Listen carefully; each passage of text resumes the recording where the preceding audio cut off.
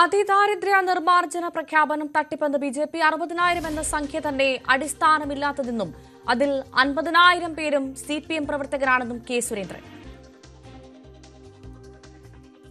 അതിദാരിദ്ര്യ മുക്ത പ്രഖ്യാപനം ഒരു ഭൂലോക തട്ടിപ്പാണ്.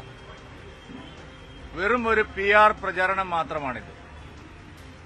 യാതൊരു അടിസ്ഥാനവുമില്ലാത്ത ഒരു പൊങ്ങച്ചമാണ് ഈ വിഷയത്തിൽ മുഖ്യമന്ത്രി ശ്രീ പിണറായി വിജയനും സർക്കാരും ഇപ്പോൾ നടത്തുന്നത്. ഒന്നാമത് ഈ 60,000 എന്ന് പറയുന്ന സംഖ്യ തന്നെ ഒരടിസ്ഥാനവുമില്ലാത്ത സംഖ്യയാണ്.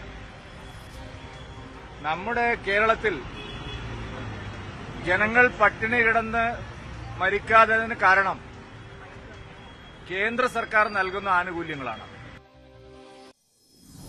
കേരളം അതിദാരിദ്ര്യ മുക്ത സംസ്ഥാനമായി പ്രഖ്യാപിക്കുന്ന പൊതുപരിപാടി വൈകിട്ട് 3:30 തിരുവനന്തപുരം സെൻട്രൽ സ്റ്റേഡിയത്തിൽ നടക്കുന്ന ചടങ്ങിൽ നടന്മാരായ കമൽഹാസൻ, മമ്മൂട്ടി, മോഹൻലാൽ, മന്ത്രിമാർ തുടങ്ങിയവർ പങ്കെടുക്കും. പരിപാടിയിൽ പങ്കെടുക്കാൻ തിരുവനന്തപുരത്തെത്തിയ മമ്മൂട്ടിയെ മന്ത്രി വി ശിവൻകുട്ടി വിമാനത്താവളത്തിൽ സ്വീകരിച്ചു.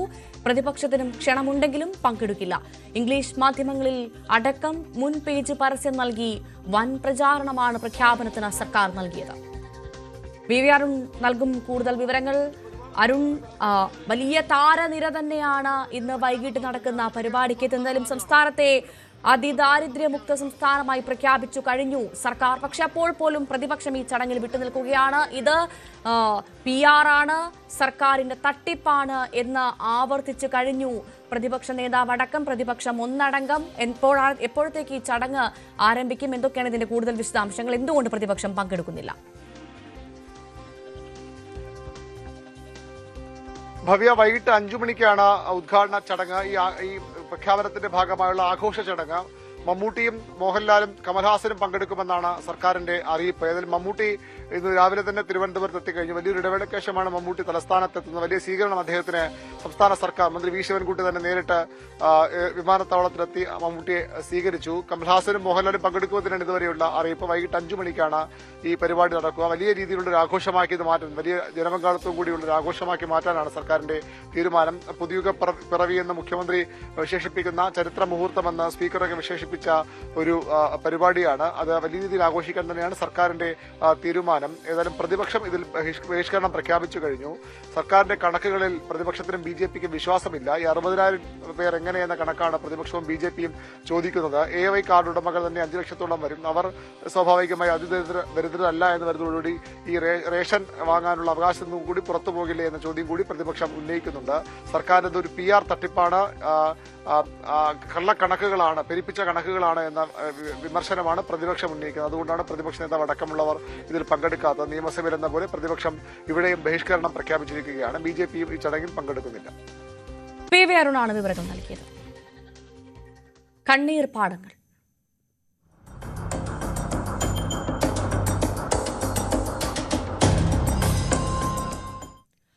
നെല്ല് സംഭരണം പാളിയതോടെ കൊയ്ത നെല്ല് സംരക്ഷിക്കാനായി നെട്ടോട്ടമോടുകയാണ് കർഷകർ. പാടശേഖരങ്ങളിലും തൊട്ടടുത്തുള്ള വീടുകളിലുമൊക്കെ കിൻഡൽ കണക്കിന് നെല്ലാണ് കെട്ടിക്കിടക്കുന്നത്. മുമ്പൊരിക്കലും ഇത്രയും മോശമായ സാഹചര്യം ഉണ്ടായിട്ടില്ലെന്ന് കർഷകർ പറയുന്നു. സർക്കാരിനെ വിശ്വസിച്ച് കടം മേടിച്ചും സ്വർണം പണയം വെച്ചുമൊക്കെയാണ് പലരും കൃഷിക്കിറങ്ങിയത്. പാടശേഖരങ്ങൾക്ക് ചുറ്റും ദൈന്യത നിറഞ്ഞ കാഴ്ചകളാണ്. എന്താണ് കർഷകന്റെ അവസ്ഥ? പരിശോധിക്കുന്നു ന്യൂസ് 18. ന്യൂസ് 18 വാർത്താ സംഘം ഇപ്പോൾ ഉള്ളത് പുന്നപ്ര സൗത്ത് പഞ്ചായത്തിലാണ്. പുന്നപ്ര സൗത്ത് പഞ്ചായത്ത് പാരക്കേടൻ പാടശേഖരം, അതായത് 90 ഏക്കറാണ് ഈ പാടശേഖരം ഉള്ളത്. അതിനു ചുറ്റുമുള്ള വീടുകളിലാണ് നമ്മളിപ്പോൾ ഉള്ളത്. ഒരു വീടിന്റെ മുൻഭാഗം മുഴുവൻ നെല്ല് സംരക്ഷിക്കുന്നതിന് വേണ്ടി കർഷകർ കൂട്ടിയിട്ടിരിക്കുന്ന ദൃശ്യങ്ങളാണ് നമുക്ക് ഇവിടെ കാണാൻ കഴിയുന്നത്.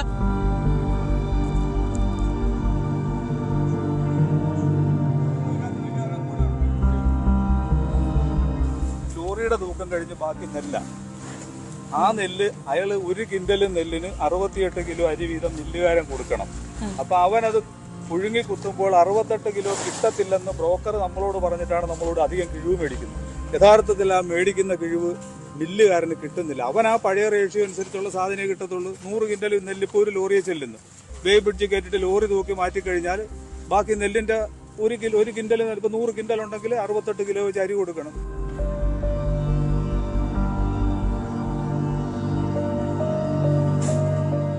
പക്ഷേ ഇത്രയും മോശമായ ഒരു സാഹചര്യം കർഷകർക്ക് ഇതുവരെ ഉണ്ടായിട്ടില്ല എന്ന് പറയാം. വലിയ കിഴിവ് ആവശ്യപ്പെടുന്നു മില്ലുകൾ എന്ന് മാത്രമല്ല, ഇപ്പോൾ ഇവരുടെ നെല്ലെടുക്കാൻ ആരുമില്ല എന്നുള്ളതാണ് ഏറ്റവും വലിയ പ്രതിസന്ധി. പെട്ട വിലയ്ക്ക്, അതായത് എത്ര കിഴിവാണെങ്കിലും ഇത് കൊടുക്കാം എന്നുള്ളൊരു മാനസികാവസ്ഥയിലേക്ക് അവരെത്തിയിരിക്കുന്നു. വളരെ ദുഃഖകരമായ സാഹചര്യമാണ് കൃഷിയിടങ്ങളിലെല്ലാം നമുക്ക് കാണാനുള്ളത്. 13 കിലോ കിഴിവിന് പാടി മാർക്കറ്റിംഗ് ഓഫീസിൽ നിന്ന് വന്ന് നെല്ല് അനലൈസ് ചെയ്ത് അവരുടെ റിപ്പോർട്ടും പ്രകാരം 13 കിലോ കിഴിവിന് ഞങ്ങൾ നെല്ല് കൊടുത്തിട്ടുണ്ട്. അന്ന് എന്താണെന്നറിയാം, എടുക്കാൻ ആളുണ്ട്. ഇന്ന് 13 അല്ല 14 എന്ന് പറഞ്ഞാലും എടുക്കാൻ ആരുമില്ല. കൃഷിക്കാരുടെ നെല്ലിപ്പം ഒരു എടുക്കുമ്പോൾ ഈ വള്ളക്കാർക്കില്ലേ 40 രൂപ കൊടുക്കണമെങ്കിൽ 35 രൂപ ഇവിടെ കൊടുക്കത്തുള്ളൂ. ആര്? ഏജന്റ്. ചോട്ടുകൂലി 45 കൊടുക്കണം, 40 കൊടുക്കുക. ഈ 10 രൂപ കൃഷിക്കാരനെ അവർ അടിച്ചു മാറ്റും.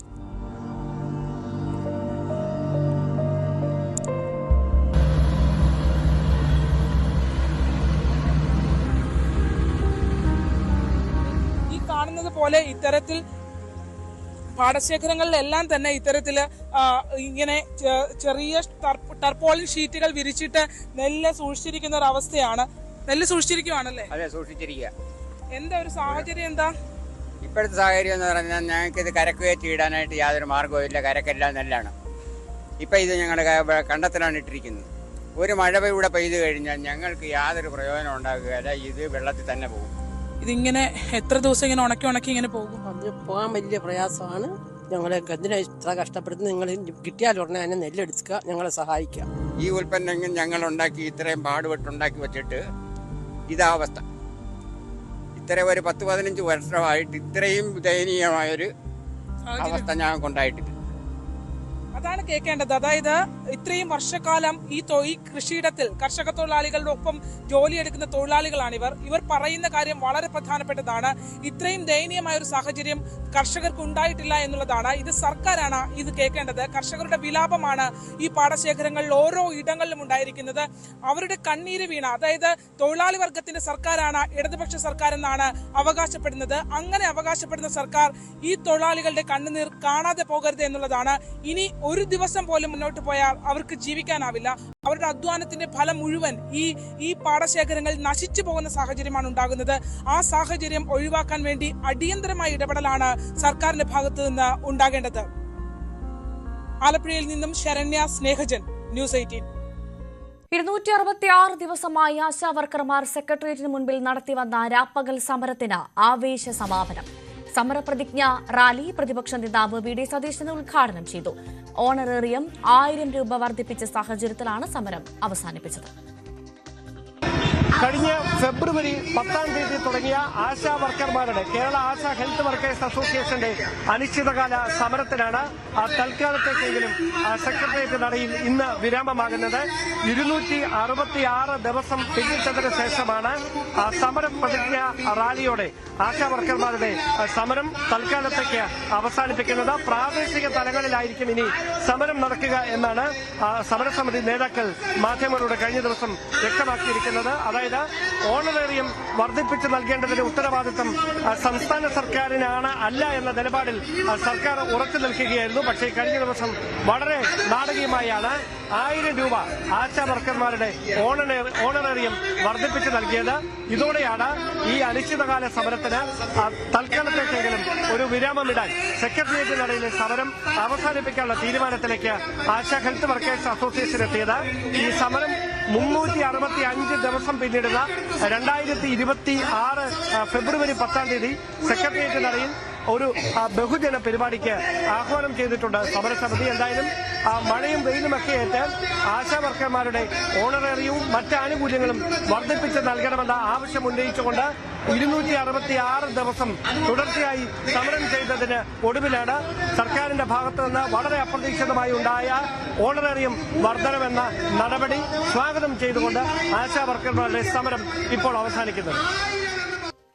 പ്രതിപക്ഷ നേതാവ് ഉദ്ഘാടനം ചെയ്യേണ്ട ആശാ വർക്കർമാരുടെ സമരപ്രതിജ്ഞാ റാലിയുടെ വേദിയിലേക്ക് രാഹുൽ മാങ്കൂട്ടത്തിലെത്തിയതോടെ സെക്രട്ടേറിയറ്റിന് മുന്നിൽ അരങ്ങേറിയത് നാടകീയ രംഗങ്ങൾ. പ്രതിപക്ഷ നേതാവിന്റെ ഓഫീസിൽ നിന്ന് സമരസമിതി നേതാവിനെ വിളിച്ച് രാഹുലിനൊപ്പം വേദിയിൽ പങ്കിടുന്നതിലെ അസൌകര്യം അറിയിക്കുകയായിരുന്നു. പിന്നാലെ UDF നേതാക്കളുടെ ആവശ്യപ്രകാരം രാഹുൽ വേദി വിട്ട ശേഷമാണ് വി.ഡി. സതീശൻ സമരപ്പന്തലിലെത്തിയത്. പ്രതിപക്ഷ നേതാവ് പോയതോടെ രാഹുൽ വീണ്ടും സമരപ്പന്തലിലെത്തി. ഗർഭചിത്ര ശബ്ദരേഖയിൽ രാഹുൽ ഇന്നും മറുപടി പറഞ്ഞില്ല. ആശാ വർക്കർമാരുടെ അനിശ്ചിതകാല സമരത്തിന്റെ സമാപന വേദി നാടകീയമായ രാഷ്ട്രീയ രംഗങ്ങൾക്ക് കൂടിയാണ് സാക്ഷ്യം വഹിച്ചത്. പ്രതിപക്ഷ നേതാവ് വി.ഡി. സതീശനായിരുന്നു ഈ സമരപ്രതിജ്ഞാ റാലി ഉദ്ഘാടനം ചെയ്യാമെന്ന് ഏറ്റിരുന്നത്. പക്ഷേ ഈ ചടങ്ങ് തുടങ്ങുന്നതിന് തൊട്ടുമുമ്പ് രാഹുൽ മാങ്കൂട്ടത്തിൽ MLA നാടകീയമായി ഇവിടേക്ക് എത്തുകയായിരുന്നു. അദ്ദേഹം എത്തി ആശാ വർക്കർമാരെയും ആശാ സമര നേതാക്കന്മാരെയും അഭിവാദ്യം ചെയ്തു. അതിനുശേഷം ഔദ്യോഗികമായ ചടങ്ങ് തുടങ്ങിയതിന് പിന്നാലെ KK രമ MLAയും VV രാജേഷ് ഉൾപ്പെടെയുള്ള BJP നേതാക്കൾക്കും ഒപ്പം ഇരിപ്പിടത്തിൽ ഇരുന്നു. അതിന് തൊട്ടു പിന്നാലെ പ്രതിപക്ഷ നേതാവ് ഈ ചടങ്ങിലേക്ക് എത്തിയേക്കില്ല എന്ന തരത്തിൽ അഭ്യൂഹങ്ങൾ പരന്നു. പെട്ടെന്ന് ഒരു ഫോൺ കോൾ രാഹുൽ മാങ്കൂട്ടത്തിൽ വരുന്നു. അതിനുശേഷം ഏതാനും സമയം കൂടെ അവിടെ ചെലവഴിച്ചതിന് ശേഷം സമരസമിതി നേതാക്കളെ അഭിവാദ്യം ചെയ്ത് അദ്ദേഹം വേദി വിടുകയായിരുന്നു. അദ്ദേഹം വേദി വിടുന്നതിനിടയിൽ മാധ്യമപ്രവർത്തകർ ആവർത്തിച്ച് അദ്ദേഹത്തോട് പ്രതിപക്ഷ നേതാവ് എത്താൻ വൈകുന്നത് താങ്കൾ ഇവിടെ ഉള്ളതുകൊണ്ടാണോ എന്ന് ചോദിക്കുന്നു. അതിന് നിങ്ങൾ കുത്തിത്തിരിപ്പുണ്ടാക്കാൻ ശ്രമിക്കുകയാണ് എന്നായിരുന്നു രാഹുൽ മാങ്കൂട്ടത്തിന്റെ മറുപടി. നിങ്ങളുടെ കുത്തിത്തിരിപ്പൊന്നും നാട്ടിലെ ജനങ്ങൾ ബൈ ചെയ്യുന്നില്ല. ആശാവർക്കർമാരുടെ സമരത്തെ പറ്റിയിട്ട്, അതായത് ആശാവർക്കർമാരുടെ സമരത്തെ പറ്റിയിട്ട് എനിക്ക് പ്രത്യേകമായി വൈകാരികതയുള്ള ഒരു വിഷയമാണ്. ഒരു നിയമസഭാ സാമാജികൻ എന്ന നിലയിൽ എന്റെ ജീവിതത്തിലെ ആദ്യത്തെ അടിയന്തര പ്രമേയം ഞാൻ അവതരിപ്പിച്ചത് ആശാവർക്കർമാർക്ക് വേണ്ടിയിട്ടാണ്. നിങ്ങൾ തന്നെ ആലോചിക്കണം, ഈ തുച്ഛമായ പൈസയ്ക്ക് ഏതാണ്ട് 232 രൂപയ്ക്ക് പ്രതിദിന ജീവിതം നയിക്കേണ്ടുന്ന മനുഷ്യന്മാർ 1 കിലോ വെളിച്ചെണ്ണയുടെ വില പോലും ഒരു ദിവസത്തെ അവരുടെ വേതനമായിട്ടില്ല. അതേസമയം രാഹുൽ മാങ്കൂട്ടത്തിൽ വേദി വിട്ടതിന് തൊട്ട് പിന്നാലെ പ്രതിപക്ഷ നേതാവ് വി.ഡി. സതീശൻ ഉദ്ഘാടന ചടങ്ങിന് വേണ്ടി ഈ ആശാ സമരപന്തലിലേക്ക് എത്തുകയായിരുന്നു. മറ്റ് അഭിസംബോധനകൾക്കൊന്നും നിൽക്കാതെ അദ്ദേഹം നേരിട്ട് അദ്ദേഹത്തിന്റെ കർത്തവ്യത്തിലേക്ക് കടക്കുകയും പിന്നീട് ആശാ വർക്കർമാരെ അഭിവാദ്യം ചെയ്ത് സംസാരിക്കുകയുമായിരുന്നു. എന്തായാലും കടുത്ത അതൃപ്തിയിലാണ് പ്രതിപക്ഷ നേതാവ് ഈ ചടങ്ങിന് എത്തുന്നതിൽ ബോധപൂർവ്വം വൈകിപ്പിക്കുന്ന ഒരു നിലപാടെടുത്തതെന്നാണ് അദ്ദേഹവുമായി ബന്ധപ്പെട്ട കേന്ദ്രങ്ങളിൽ നിന്ന് ലഭിക്കുന്ന വിവരം. പാർട്ടി നേതൃത്വത്തെ ഇക്കാര്യം അറിയിക്കാൻ ഒരുങ്ങുകയാണ് പ്രതിപക്ഷ നേതാവ് എന്ന വിവരങ്ങൾ കൂടി പുറത്തുവരുന്നുണ്ട്. ആഴ്ചകൾക്ക് മുൻപ് സൗദി അറേബ്യയിൽ വെച്ച് മരണപ്പെട്ട മകന്റെ മൃതദേഹവും കാത്തിരിക്കുകയാണ് കൊച്ചിയിൽ ഒരു കുടുംബം. കപ്പൽ ജീവനക്കാരനായ ചെല്ലാനം സ്വദേശി എഡ്വിൻ ഗ്രേഷ്യസ് ആണ് ജോലി സ്ഥലത്തുണ്ടായ അപകടത്തിൽ മരിച്ചത്. എന്നാൽ നിയമ നടപടികൾ പൂർത്തിയാകാത്തത് മൂലം മൃതദേഹം നാട്ടിലെത്തിക്കാൻ കഴിഞ്ഞിട്ടില്ല. എൻ്റെ മകൻ്റെ ബോഡി എങ്ങനെയെങ്കിലും എനിക്ക് കാണാൻ പറ്റിയ രീതിയിൽ സാഹചര്യം ഒരുക്കണം. എൻ്റെ അമ്മയാണെങ്കിലും താഴ്ന്നു കിടക്കുകയാണ്. ദുഃഖം താങ്ങാനാവാതെ എൻ്റെ കുടുംബത്തിന് അത്താണിയായ മകനാണ്.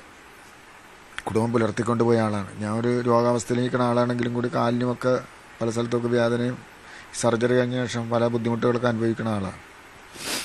നമുക്ക് എത്രയും പെട്ടെന്ന് ആ ബോഡി കിട്ടി നമുക്ക് മകനൊന്ന് നേരിട്ടൊന്ന് കാണാനായിട്ടുള്ള ഒരു ആഗ്രഹമാണ് മനസ്സിൽ നിൽക്കുന്നത്. ആഗ്രഹമെങ്കിലും ഒന്ന് നടത്തി തന്നാൽ മതി. മത്സ്യത്തൊഴിലാളിയായ വിൽസൺ വള്ളത്തിൽ ജോലി ചെയ്യുമ്പോഴാണ് കഴിഞ്ഞ മാസം 12-ന് മകൻ്റെ അപകടം സംബന്ധിച്ച ഫോൺ സന്ദേശം എത്തുന്നത്. കപ്പലിൽ നിന്ന് കയർ തട്ടി കടലിലേക്ക് തെറിച്ചു വീണുവെന്നാണ് കമ്പനി അറിയിച്ചത്. സൗദിയിലെ സാമിൽ മറൈൻ എന്ന കമ്പനിയിലാണ് എഡ്വിൻ ജോലി ചെയ്തിരുന്നത്. സഫാനിയ എന്ന സ്ഥലത്ത് റിഗിന് അടുത്തായിരുന്നു അപകടം. പോസ്റ്റ്മോർട്ടം കഴിഞ്ഞ് ലാബ് റിപ്പോർട്ടിനായി കാത്തിരിക്കുന്നു എന്നാണ് കമ്പനി ഈ ദിവസങ്ങളിൽ കുടുംബത്തെ അറിയിച്ചത്. കൂടുതൽ വിവരങ്ങളും അവർ കൈമാറിയില്ല. 27-കാരനായ എഡ്വിൻ്റെ മരണവിവരം അറിഞ്ഞതു മുതൽ സങ്കടക്കയത്തിലാണ് കുടുംബം. വൈകുന്ന കുറേ ഫോർമാലിറ്റീസിനുണ്ടെന്നാണ് പറയണത്. അവർക്ക് നടപടിക്രമങ്ങളിൽ ചില വ്യത്യാസങ്ങളുണ്ട്. അപ്പോൾ അതൊക്കെ കൈകാര്യം ചെയ്തതിന് ശേഷമേ ബോഡി തിരികെ കിട്ടുള്ളൂ എന്നാണ് അവർ പറയുന്നത്. അൽക്കോബാർ എന്ന സ്ഥലത്താണ് ഈ സംഭവം നടന്നത്. 1000 കിലോമീറ്റർ അകലെയാണ്. സൗദി അറേബ്യ പോർട്ടുമായിട്ട് 1000 കിലോമീറ്റർ അകലമുണ്ടെന്നാണ് പറയണത്. അവിടെ നിന്ന് ഈ ബോഡി കൊണ്ടുവന്ന് ഹബ്ജി എന്ന് പറയുന്ന ഹോസ്പിറ്റലിലാണ് ബോഡി സൂക്ഷിച്ചിരിക്കുന്നത്. അവിടെ നിന്ന് 300 കിലോമീറ്റർ അകലെ കൊണ്ടുപോയാണ് ഇപ്പോൾ ബോഡി പോസ്റ്റ്മോർട്ടം ചെയ്തേക്കുന്നത്. ദമാമിൽ പോസ്റ്റ്മോർട്ടം നടപടികളൊക്കെ എല്ലാം കഴിഞ്ഞിട്ടുണ്ട് എന്ന് നമുക്ക് അറിവ് കിട്ടിയിട്ടുണ്ട്. എന്നിരുന്നാലും അതിൻ്റെ പേപ്പർ വർക്കുകളൊക്കെ കാര്യമായിട്ട് നടക്കുന്നുണ്ട്. പക്ഷേ കാര്യം ഒന്നും ഫൈനലിൽ എത്തണില്ല കാര്യങ്ങളൊന്നും. ഇപ്പോൾ 19 ദിവസത്തോളം ആയില്ലേ എൻ്റെ മകൻ എന്നെ വിട്ടുപിരിഞ്ഞ് പോയിട്ട്. ആരാണെങ്കിലും ഇടപെട്ടുണ്ട് എൻ്റെ മകനൊന്ന് കാണാനായിട്ടുള്ള ഭാഗ്യമെങ്കിലും കിട്ടിയാൽ മതി. 4 മാസം മുൻപാണ് എഡ്വിൻ്റെ വിവാഹം കഴിഞ്ഞത്. അനുജനും മാതാപിതാക്കളും അടങ്ങുന്ന കുടുംബത്തിൻ്റെ നെടുംതൂണായിരുന്നു ഈ യുവാവ്.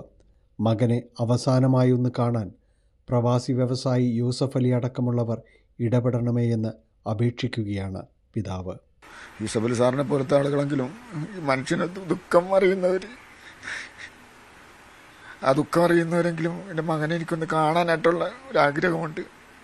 യൂസഫലി സാറൊക്കെ ജനങ്ങൾക്ക് വേണ്ടിയിട്ട്, ഈ പാവപ്പെട്ടവർക്ക് വേണ്ടിയിട്ടൊക്കെ പോരാടുന്ന ആളുകളല്ലേ, അവർക്ക് വേണ്ടിയിട്ടൊക്കെ എന്തെങ്കിലുമൊക്കെ ചെയ്യണവരല്ലേ.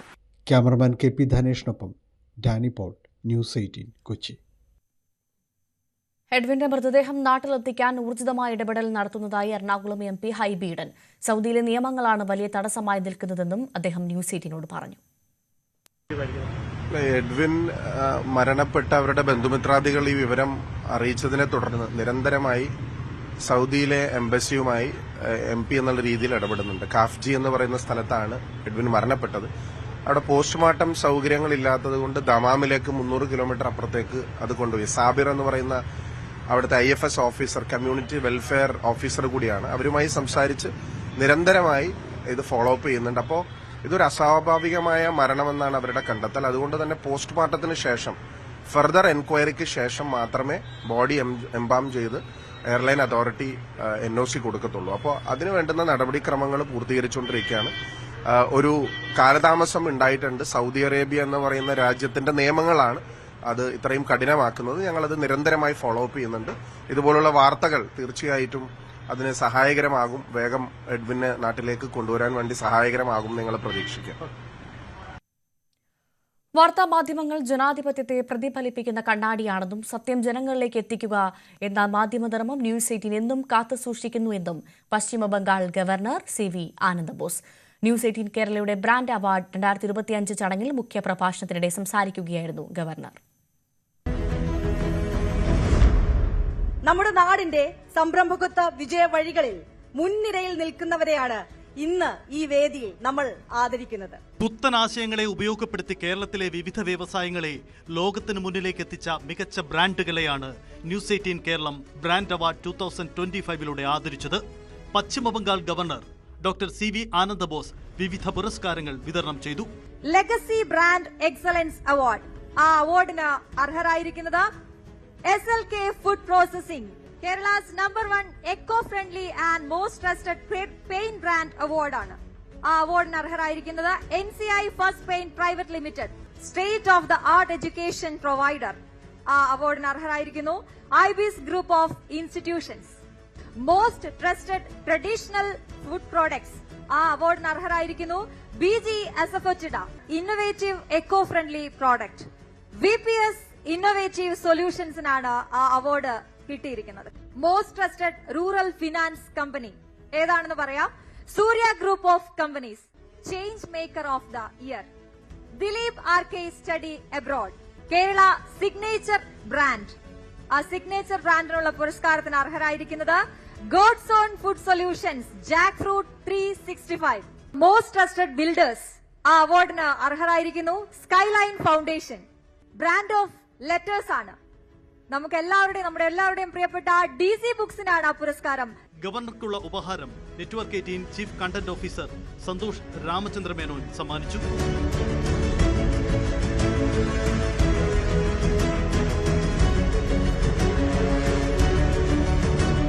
News 18 network south managing editor Vivek Narayanan ആമുഖ പ്രഭാഷണം നടത്തി.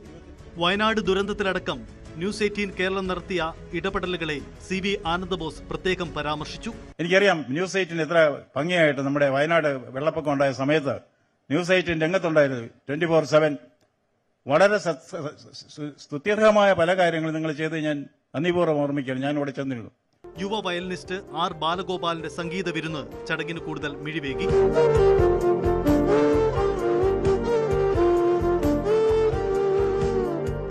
ന്യൂസ് 18 തിരുവനന്തപുരം. BJP നേതൃത്വത്തിനെതിരെ രൂക്ഷ വിമർശനവുമായി പാർട്ടി മുൻ വക്താവും മുതിർന്ന നേതാവുമായ MS കുമാർ. സഹകരണ ബാങ്കിൽ നിന്നും കടമെടുത്ത പാർട്ടിക്കാർ കൈയൊഴിഞ്ഞതോടെ ആത്മഹത്യ ചെയ്യേണ്ടി വന്ന BJP കൌൺസിലർ അനിലിന്റെ അവസ്ഥയിലാണ് താനെന്നും ഫേസ്ബുക്ക് കുറിപ്പിൽ അദ്ദേഹം തുറന്നു പറയുന്നു.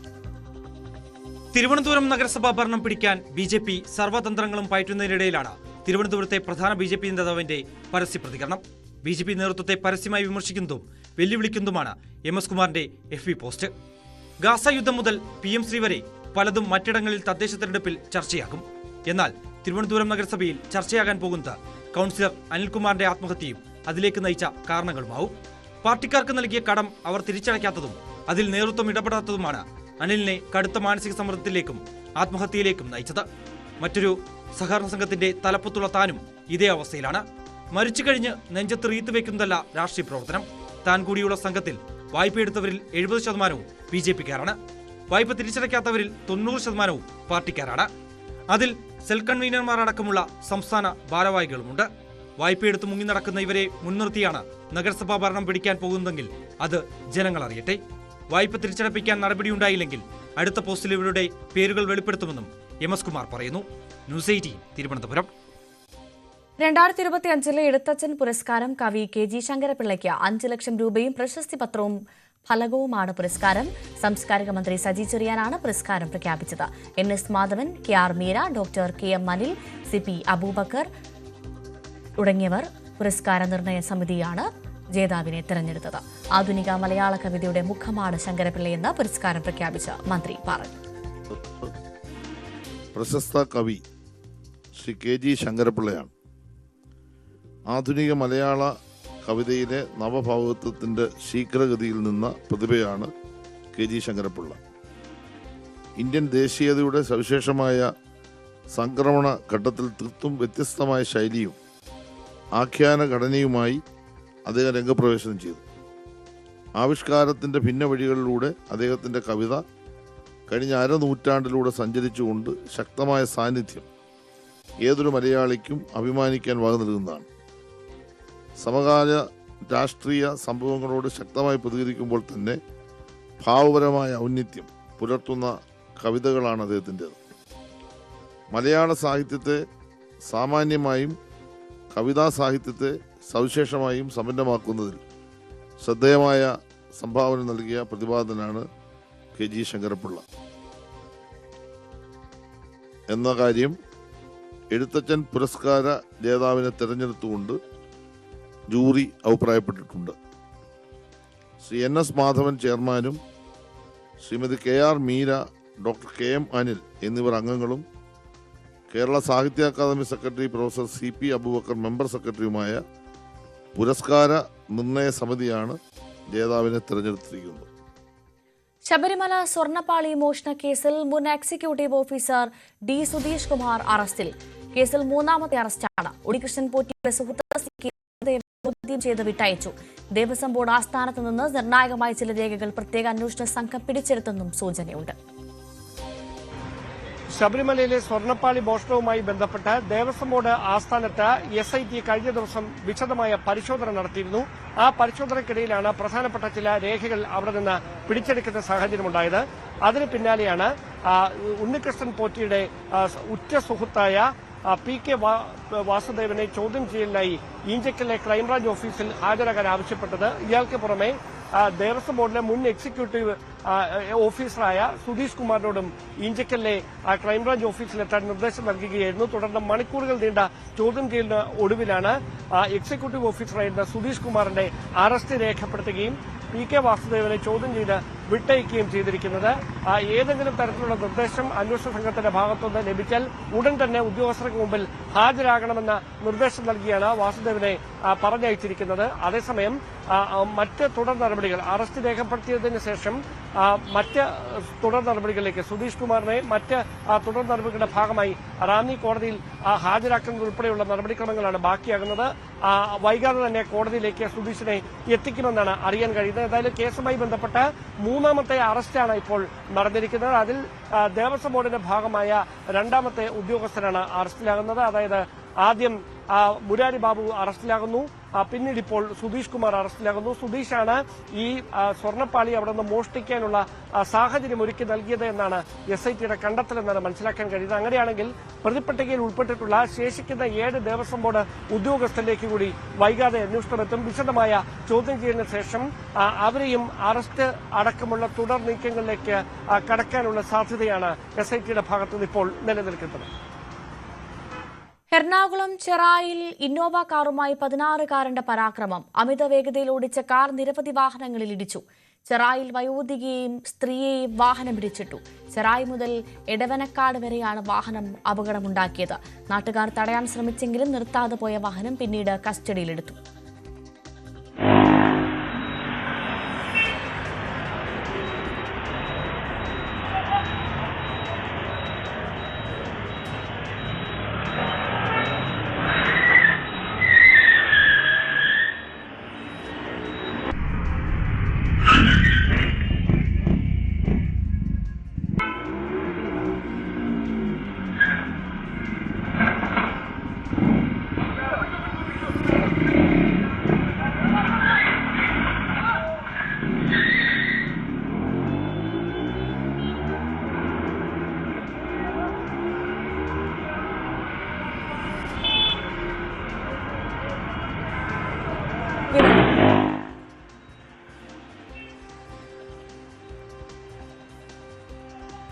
നാമി, എന്താണ് അതിന്റെ വിവരങ്ങൾ?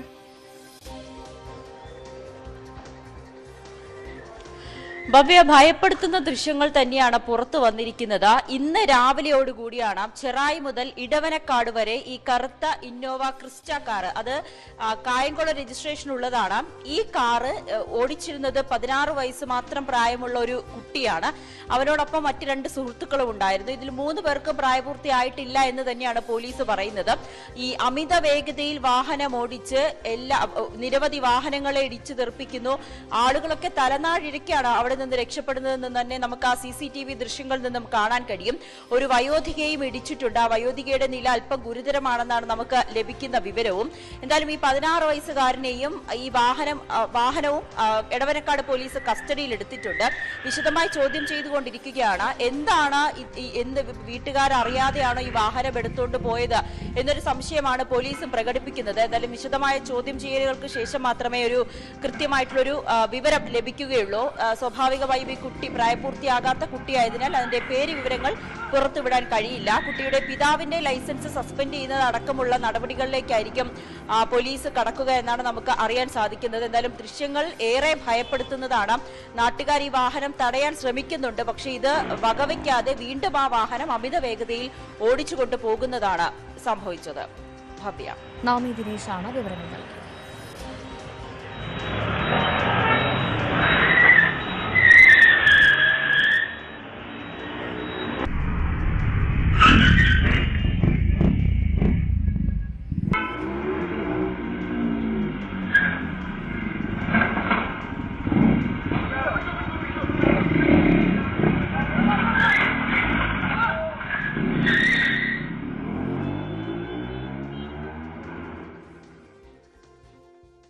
കോഴിക്കോട് കക്കോടിയിൽ വീടിന്റെ മതിലിടിഞ്ഞ് വീണ് ഇതര സംസ്ഥാന തൊഴിലാളിക്ക് ദാരുണാന്ത്യം. ഒഡീഷ സ്വദേശി ഉദയ് മാഞ്ചിയാണ് മരിച്ചത്. നിർമ്മാണ പ്രവർത്തനങ്ങൾ നടക്കുന്നതിനിടെ സമീപത്തെ വീടിന്റെ മതിലിടിഞ്ഞ് വീഴുകയായിരുന്നു. നിർമ്മാണത്തിലിരിക്കുന്ന വീടിന്റെ ചുറ്റുമതിൽ നിർമ്മിക്കുന്നതിനിടെയായിരുന്നു അപകടം. ഒഡീഷ സ്വദേശിയായ ഉദയ് മാഞ്ചി എന്നയാളാണ് മരിച്ചത്. ഇവർ ഈ വീടിന്റെ ചുറ്റുമതിൽ നിർമ്മാണത്തിൽ ഏർപ്പെടുമ്പോൾ തൊട്ട് സമീപമുള്ള വീടിനോട് ചേർന്ന സംരക്ഷണ ഭിത്തി ഈ മതിലിന്റെ പുറത്തേക്ക് വീഴുകയായിരുന്നു. മരിച്ചയാളും മറ്റൊരു അതിഥി തൊഴിലാളിയും ഒപ്പം ഒരു മലയാളിയുമായ തൊഴിലാളിയുമാണ് നിർമ്മാണ പ്രവർത്തനങ്ങളിൽ ഏർപ്പെട്ടത്. മതിലിടിഞ്ഞു വീണ് എന്ന് വ്യക്തമായ ഉടൻ തന്നെ നാട്ടുകാർ രക്ഷാപ്രവർത്തനം ആരംഭിച്ചുവെങ്കിലും മതിലിന്റെ അവശിഷ്ടങ്ങൾക്കിടയിൽ നിന്നും ഇയാളെ പുറത്തെത്തിക്കാൻ കഴിഞ്ഞില്ല. തുടർന്ന് ഫയർഫോഴ്സിൽ വിവരമറിയിക്കുകയും വെള്ളിമാടുകളിൽ നിന്നുള്ള ഫയർഫോഴ്സ് സംഘം എത്തി രക്ഷാപ്രവർത്തനം നടത്തുകയുമായിരുന്നു. ഏറെ നേരത്തെ ശ്രമകരമായ ജോലിക്കൊടുവിലാണ് ഇയാളെ അവശിഷ്ടങ്ങൾക്കിടയിൽ നിന്നും പുറത്തെത്തിക്കാൻ കഴിഞ്ഞത്. പിന്നീട് കോഴിക്കോട് മെഡിക്കൽ കോളേജ് ആശുപത്രിയിലേക്ക് മാറ്റിയെങ്കിലും ജീവൻ രക്ഷിക്കാൻ ആയില്ല. ആശുപത്രിയിൽ എത്തിച്ചപ്പോഴേക്കും മരണം സംഭവിച്ചിരുന്നു. ഇയാളുടെ ഒപ്പം നിർമ്മാണത്തിൽ ഏർപ്പെട്ട മറ്റു തൊഴിലാളിക്കും സാരമായ പരിക്ക് പറ്റിയിട്ടുണ്ട്. ജില്ലാ കളക്ടറിൽ നിന്നും അനുകൂലമായ ഉത്തരവ് ലഭിച്ചെങ്കിലും തുടർച്ചയായ 2ാം ദിവസവും പ്രഷ് കട്ടിന്റെ പ്രവർത്തനങ്ങൾ പുനരാരംഭിച്ചിട്ടില്ല. ഫാക്ടറിയുമായി ബന്ധപ്പെട്ട് ചലച്ചിത്ര അക്കാദമി ചെയർമാനായി ചുമതലയേറ്റ് റസൂൽ പൂക്കുട്ടി. ഗുരുതുല്യന്മാരായിട്ടുള്ള ആളുകൾ ഇരുന്ന സീറ്റിലാണ് താൻ ഇരിക്കുന്നത്. ഭരണമെന്നതിനെ അധികാരമായി കാണുന്നില്ലെന്ന് റസൂൽ പൂക്കുട്ടി പറഞ്ഞു. IFFK മാത്രമല്ല ഉത്തരവാദിത്തം, അങ്ങനെ ഒരു രീതി ഉണ്ടാക്കി വെച്ചിട്ടുണ്ടെന്നും റസൂൽ പൂക്കുട്ടി പറഞ്ഞു. കുക്കു പരമേശ്വരനാണ് വൈസ് ചെയർപേഴ്സൺ. ചലച്ചിത്ര അക്കാദമി ചെയർമാന്റെ താൽക്കാലിക ചുമതല ഉണ്ടായിരുന്ന പ്രേംകുമാർ ചടങ്ങിൽ പങ്കെടുത്തില്ല. കേരളത്തിൽ കൂടുതൽ സമയം ചെലവഴിക്കുമെന്ന് റസൂൽ പൂക്കുട്ടി പറഞ്ഞിട്ടുണ്ടെന്ന് മന്ത്രി സജി ചെറിയാൻ. റസൂൽ പൂക്കുട്ടി നമ്മുടെ രാജ്യത്തിനും കേരളത്തിനും അഭിമാനകരമായ നേട്ടങ്ങൾ നേടിത്തന്ന ആളല്ലേ. അപ്പം അങ്ങനെ ഒരാളിനെ നമ്മൾ ആലോചിക്കുമ്പോൾ തീർച്ചയായിട്ടും അദ്ദേഹത്തിൻ്റെ കൂടുതൽ സമയം കേരളത്തിലേക്ക് നമ്മുടെ അക്കാദമിയുടെ പ്രവർത്തനത്തിന് ലഭ്യമാകുമെന്ന പ്രതീക്ഷയോടുകൂടിയാണ് അദ്ദേഹത്തെ ഇപ്പോൾ തീരുമാനിച്ചിട്ടുള്ളത്. ആണവായുധ പരീക്ഷണം പുനരാരംഭിക്കുമെന്ന് ആവർത്തിച്ച American president Donald Trump.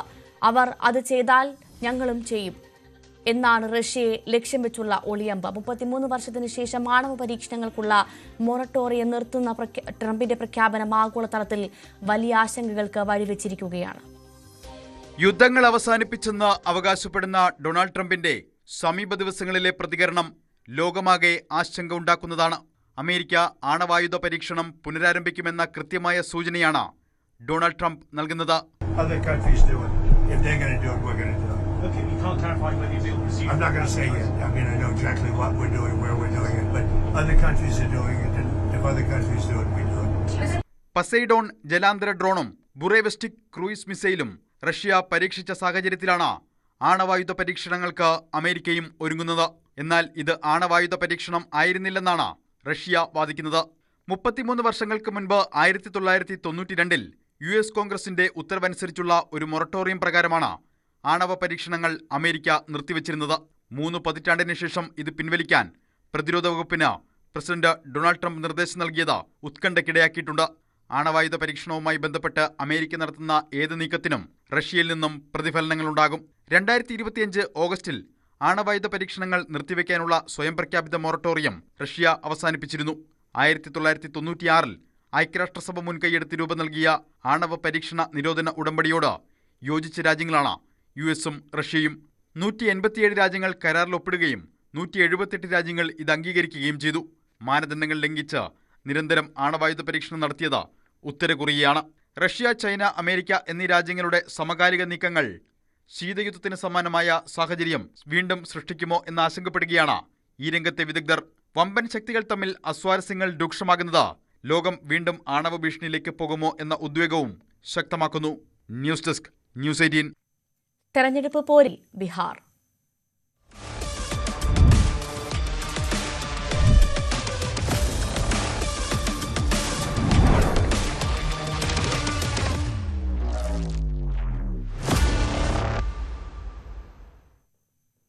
Bihar നിയമസഭാ തെരഞ്ഞെടുപ്പിന്റെ ആദ്യഘട്ട പ്രചാരണം അവസാനിക്കാൻ ഇന്ന് 3 നാൾ ബാക്കിയുണ്ട്. അവസാന ലാപ്പിലേക്ക് കടക്കുമ്പോൾ ദേശീയ നേതാക്കളെ ഇറക്കിയുള്ള പ്രചാരണവും ആരോപണ പ്രത്യാരോപണവും ശക്തമാക്കുകയാണ്. പട്നയിൽ എത്തിയ പ്രിയങ്ക ഗാന്ധി എൻഡിഎയുടെ 1 കോടി തൊഴിൽ വാഗ്ദാനത്തെ ചോദ്യം ചെയ്ത് രംഗത്ത് വന്നു. ഇത്രയും നാൾ ഭരിച്ചിട്ടും എന്തുകൊണ്ട് ഇതുവരെ തൊഴിൽ നൽകിയില്ല എന്നായിരുന്നു വിമർശനം. സർക്കാർ തെരഞ്ഞെടുപ്പ് പെരുമാറ്റച്ചട്ടം ലംഘിച്ചുവെന്ന് ആരോപിച്ച് RJD തെരഞ്ഞെടുപ്പ് കമ്മീഷന് പരാതി നൽകി. മുഖ്യമന്ത്രി മഹിളാ തൊഴിൽ പദ്ധതി പ്രകാരം പണം അനുവദിക്കുന്നുവെന്നാണ് ആരോപണം. ഇതുവരെ നൽകിയ പിന്തുണ ഇനിയും തുടരണമെന്ന വീഡിയോ സന്ദേശത്തിലൂടെ അഭ്യർത്ഥിച്ച നിതീഷ് കുമാർ ലാലു പ്രസാദ് യാദവിനെതിരെ കടുത്ത വിമർശനവും ഉന്നയിച്ചു. നാളെ പട്നയിൽ പ്രധാനമന്ത്രി നരേന്ദ്രമോദിയുടെ റോഡ് ഷോ നടക്കും. ബീഹാറിൽ NDA പ്രകടന പത്രിക പുറത്തിറങ്ങിയതോടെ ഇരുമുന്നണികൾ പിന്നോട്ട് വയ്ക്കുന്ന വാഗ്ദാനങ്ങളുടെ പൂർണ്ണ ചിത്രം വ്യക്തമായി. ഇരുമുന്നണികളും കൂടുതൽ തൊഴിൽ അവസരങ്ങൾക്കാണ് പ്രാധാന്യം നൽകുന്നത്. സ്ത്രീകളുടെ പ്രശ്നപരിഹാരവും ക്ഷേമ പ്രഖ്യാപനങ്ങളും ഉൾപ്പെടെ വോട്ടർമാർക്ക് മുന്നിൽ ഇരു സഖ്യങ്ങളും വാഗ്ദാന പെരുമഴ ചൊരിയുകയാണ്. NDAയുടെ സ്വപ്നങ്ങൾ പറയുന്നു സങ്കൽപ് പത്ത്. മഹാഗഡ്ബന്ധന്റെ വാഗ്ദാനം ബീഹാർ ക തേജസ്വി പ്രാൺ. 2 പ്രകടന പത്രികകളും ബീഹാറിലെ വോട്ടർമാർക്ക് ആനുകൂല്യങ്ങൾ വാരിക്കോരി നൽകുന്നു. ഇന്ത്യ ബ്ലോക്ക് ഒരു വീട്ടിൽ ഒരു സർക്കാർ ജോലി എന്ന് പറയുമ്പോൾ NDA വാഗ്ദാനം ചെയ്യുന്നത് 1 കോടി തൊഴിലവസരങ്ങളാണ്. കർഷകർ എന്നിവരെ 2 വിഭാഗവും കാര്യമായി പരിഗണിച്ചിട്ടുണ്ട്. അധികാരത്തിൽ വന്നാൽ മഹാഗഡ്ബന്ധൻ പ്രതിമാസം 2500 രൂപ സ്ത്രീകൾക്ക് ധനസഹായം നൽകും. പെൺമക്കൾക്ക് ആനുകൂല്യം, വിദ്യാഭ്യാസം, പരിശീലനം, വരുമാനം, അമ്മമാർക്ക് വീട്, ഭക്ഷണം എന്നിവ ഉറപ്പാക്കാൻ ബേട്ടി മായ് പദ്ധതികൾ കൊണ്ടുവരും. എല്ലാ കമ്മ്യൂണിറ്റി മൊബിലൈസർ ദീദിമാരെയും സ്ഥിരപ്പെടുത്തും. മറുവശത്തെ ഭരണസഖ്യം അടുത്ത 5 വർഷത്തിനുള്ളിൽ 1 കോടി ലഖ്പതി ദീദിമാരെ സൃഷ്ടിക്കും. സ്ത്രീകളെ കോടീശ്വരികളാക്കാൻ മിഷൻ ക്രോർപതി വാഗ്ദാനം ചെയ്യുന്നു. പഞ്ചായത്തിലും നഗരസഭകളിലും EBCകൾക്കുള്ള സംവരണം 20 നിന്ന് 30 ഉയർത്താൻ പദ്ധതിയിടുന്നു മഹാഗഡ്ബന്ധൻ. ജനസംഖ്യയുടെ 36% വരുന്ന അങ്ങേയറ്റ പിന്നോക്ക വിഭാഗത്തിൽപ്പെടുന്നവർക്ക് ബിസിനസ് ചെയ്യാനായി 10 ലക്ഷം രൂപ സഹായം NDA വാഗ്ദാനം ചെയ്യുന്നു. എല്ലാ വിളകളുടെയും താങ്ങുവില മഹാഗഡ്ബന്ധന്റെ വാഗ്ദാനം. തൊഴിലുറപ്പ് ദിവസവേതനം 255 രൂപയിൽ നിന്ന് 300 ഉയർത്തും. മൊത്തം തൊഴിൽ ദിനങ്ങൾ 100-ൽ നിന്ന് 200 കർപ്പൂരി താക്കൂർ കിസാൻ സമ്മാൻ നിധി പ്രകാരം കർഷകർക്ക് 3 വർഷത്തേക്ക് പ്രതിവർഷം 3000 രൂപ നൽകുമെന്ന് NDA. കാർഷിക അടിസ്ഥാന സൗകര്യങ്ങൾക്കായി 1 ലക്ഷം കോടി രൂപ ചെലവഴിക്കും.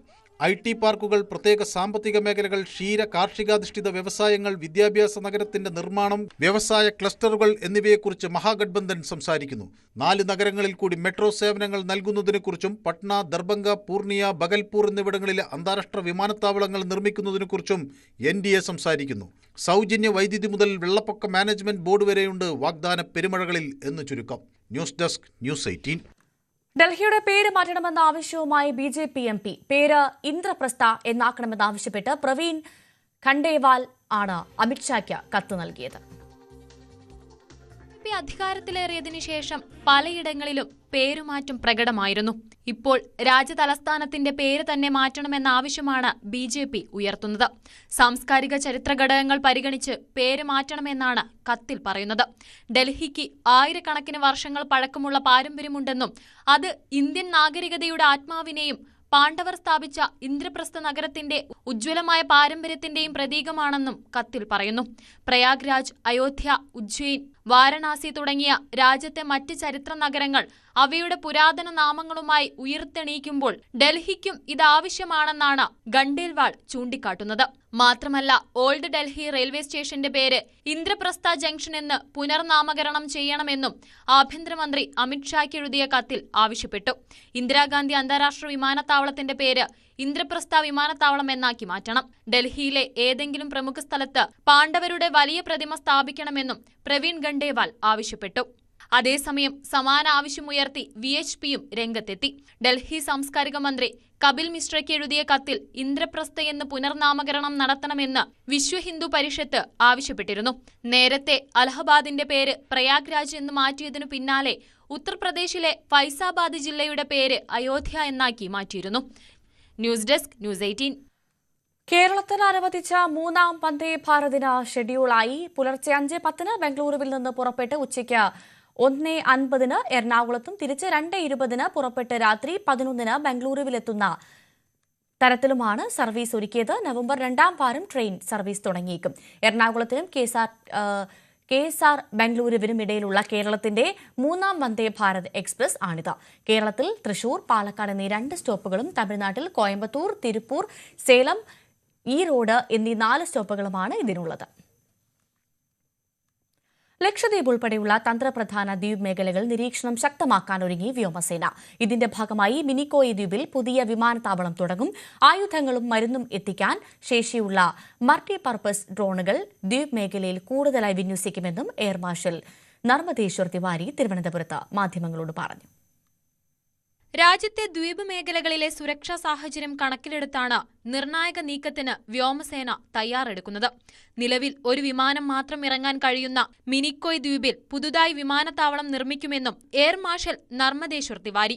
The first part in terms of what is the capacity enhancement we are looking, as you already aware that Agathi is the only airfield that we have. So there is an expansion plan for that airfield to ensure that we are able to accommodate bigger aircrafts, have some limited tarmac space so that the current limitation of having only one aircraft going at a time is not there. We also have to increase our surveillance capability. So we are already deploying certain radars in those areas.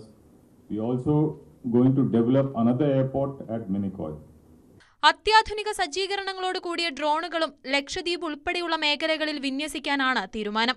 30 kilogram ഭാരം വഹിക്കാൻ ശേഷിയുള്ള തമിഴൻ cargo drone, 50 kilo ഭാരം വഹിച്ച് 20 kilometre വരെ പറക്കുന്ന മിസ്റ്ററൽ solutions drone, ആയുധങ്ങൾ വഹിക്കാൻ ശേഷിയുള്ള ഫാൽക്കൺ ആം ഡ്രോൺ, 50 മുതൽ 200 കിലോഗ്രാം വരെ ഭാരം വഹിക്കാൻ ശേഷിയും 50 കിലോമീറ്റർ മുതൽ 200 കിലോമീറ്റർ വരെ സഞ്ചരിക്കാൻ കഴിയുന്ന ഐഡിയ ഫോർജ് ടെക്നോളജീസ് ലിമിറ്റഡിന്റെ ആധുനിക ഡ്രോണുകളും വ്യോമസേനയുടെ നിരീക്ഷണ സംവിധാനങ്ങളുടെ ഭാഗമാകും. ന്യൂസ് 18 തിരുവനന്തപുരം. സ്വർണം വെള്ളി നിരക്കുകൾ കൂടി നോക്കാം. കവിത ഗോൾഡ് ആൻഡ് ഡയമണ്ട്സ് ഇന്നത്തെ സ്വർണം വെള്ളി നിരക്കുകൾ നിങ്ങൾക്കായി സമർപ്പിക്കുന്നത് Kavitha gold and diamonds, the versatile jewellery. സ്വർണം 22 ക്യാരറ്റ് ഗ്രാമിന് 11,275, പവന് 90,200. സ്വർണം 18 ക്യാരറ്റ് ഗ്രാമിന് 9,310, പവന് 74,480. വെള്ളി ഗ്രാമിന് 160, കിലോയ്ക്ക് 1,60,60,000. കവിത ഗോൾഡ് ആൻഡ് ഡയമണ്ട്സ് ഇന്നത്തെ സ്വർണം വെള്ളി നിരക്കുകൾ നിങ്ങൾക്കായി സമർപ്പിച്ചത് Kavitha gold and diamonds, the versatile jewellery. ഇടവേളയ്ക്ക് ശേഷം ഇനി സ്പോട്ട് ലൈവ് കാണാം. ടോം കുര്യാക്കോസ് ചേരും. നമസ്കാരം.